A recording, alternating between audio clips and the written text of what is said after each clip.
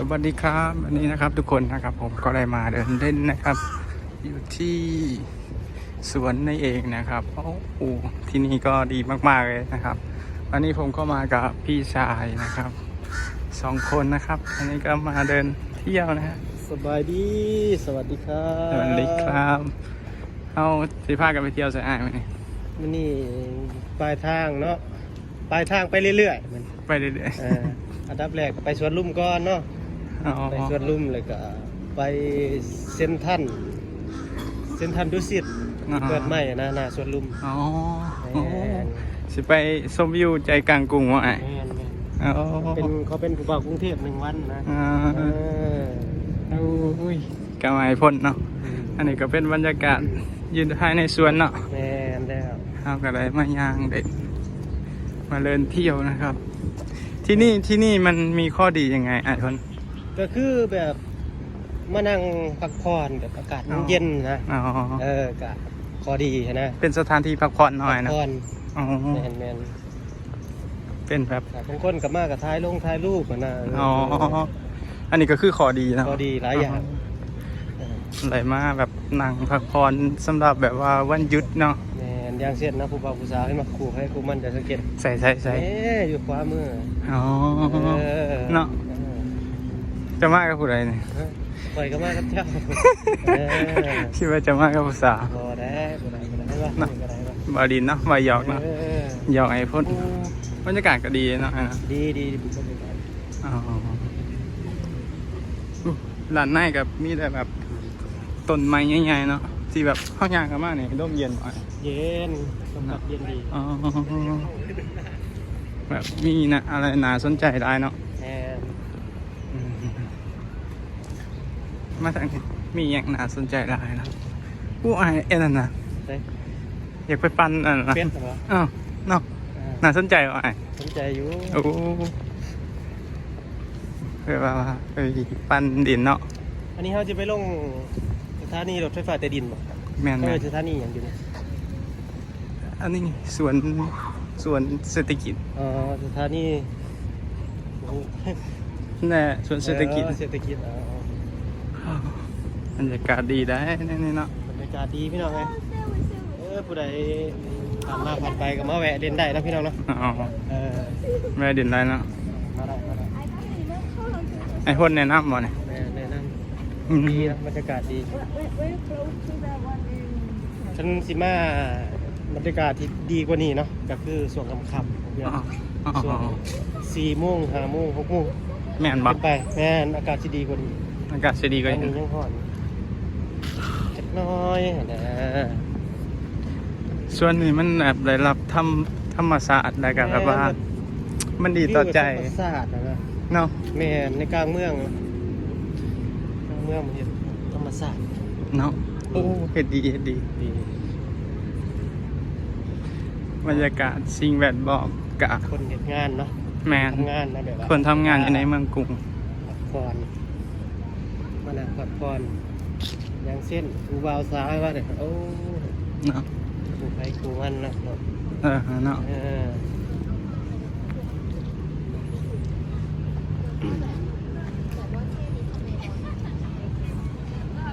ต้นใหม่ใหญ่ๆถ้าเป็นอยู่บ้านเฮามีบ่แบบสีบ่เจียว เขาตัดทิมไปแล้ว แม่นว่าตาทิ่มไปเขาผ่านหมดแล้ว ไปเอาไปเผาถ่าน นี่เด้เป็นบริษัทเด้พี่น้อง เขาตัดทิ้งหมดแล้วที่บ้าน ไม่ค่อยจะมี ยานลมทับเพิ่นว่าเนาะ เพิ่นว่าจังซั่นได้ยานลมทับบางทีเฮาสิมาไว้เฮ็ดโฮมเฮ็ดหยัง แม่นเนาะ ใกล้เฮือนแฮงค่ะเพิ่นตัดทิ่มเพิ่นเนาะ เดี๋ยวมันสิลมทับเฮือนโอ้ยเนาะนี่เนาะเบิ่งสิเห็นบ่เนี่ยแบบว่ามันแบบมีต้นใหม่แล้วมันก็เย็น เพิ่น นะ เอาไว้เฮ็ดโฮม เพิ่นก็ได้แบบมาดินมาเที่ยวเนาะ แม่น โอ้น่าสนใจได้หลาย เห็นบ่เป็ดยังลอยกลางน้ำอันนั้นเพิ่นบ่ได้หาปลาพี่น้องไงนะเพิ่นไปเก็บขี้เหงื่อ บ่ เก็บขี้เหงื่อขึ้น แม่นบ่ บ่ได้มีขี้เหงื่อได้บ่เจมส์จะสังเกตบ่เลย เอ้า สังเกตบ่ขยงขยะเนี่ยน่ะบ่มีเด้เพราะว่ามีเพิ่นมีคนมาเก็บอย่างเสร็จเนี่ยบ่ หลอกใหม่นะ ตัด ตกแต่งดอกไม้ โอ้ เห็นบ่ งาม เอ เนาะ อง าม สิ นะ สวยงามตลอดเลย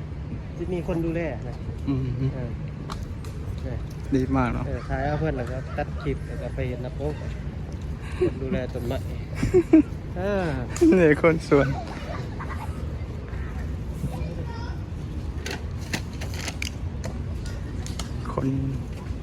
คนสวน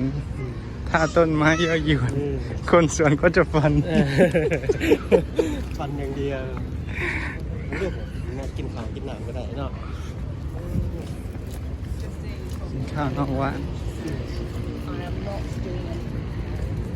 โอ้ ว่าคันเป็นสถานที่อยู่บ้านเฮาได้ยินเขาว่านะมันล่ะจักแม่นบ่แม่นเฮาเจมส์ว่า ยี่ใส่ อยู่บ้านเฮาว่าคันเป็นสวนจังซี่โอ้เขาซุ่มลุ่มกินหมูกระทะกันแล้วอ่ะ บอก สถานที่จังซี่ได้ยินเขาบอกมานะ โอ้ จักแม่นจริงบ่แม่นนะ เนาะ เออ บ่ไหลเลยเนาะ ค่อยว่ามันได้อยู่บ่ว่าได้ยินแต่เขาว่าเพราะว่าเนาะ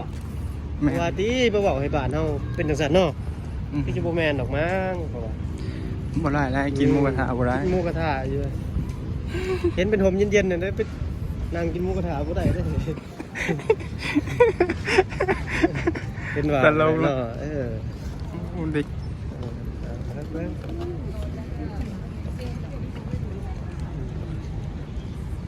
แค่นแบบว่าหลอกดอกไม้ริมสระริมน้องเนาะบ้านเฮาเอิ้นก็เนี่ยสระน้ำเนาะ น้องหน้า น้องน้ำงามเลยหมดทุกคนเบิ่งดิ เราสังเกตมันเลยผมมีขยงขยะได้บ่เจ็บจะสังเกตมันเลย โอ้นี่งามไม่ดีไง แม่น่ะ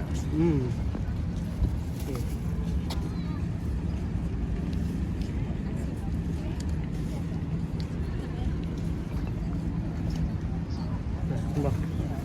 ขณะก็มีคนเก็บขยะเลยพี่น้องเห็นป่ะเพื่อเห็นป่ะกดพายเพื่อเก็บขยะพี่น้องเก็บขี้เหงื่อขึ้น ดีได้ไงเบิ่งที่แบบโอ้โหเบิ่งดอกไม้ก็งามเนาะ ดอกไม้งาม โอ้แค่แบบเฮายางดินน่ะอันนี้มันเป็นทางที่สามารถยางดินก็ได้วิ่งออกกำลังกายก็ได้ ลินแลนลินก็ได้ ออกกำลังกายเนาะ แล้วก็ ยามเลย เขาจะเป็นจุดแบบว่าถ่ายรูปกันนะแบบว่านักศึกษาแบบว่ามาถ่ายรูปถ่ายหยังกันนะ อ๋อ จะเบิ่ง โอ้งามอีหน่อย งา นะ มงามงามงาม เบิ่งทุกคนเดี๋ยวสิพาทุก โอ้เบิ่งเอาหันไปทางขวาหันไปทางขวา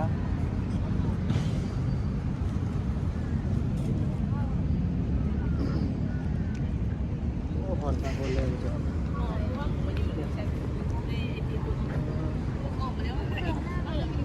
นี่กับบรรยากาศเนาะภายในสวนเนาะทุกคน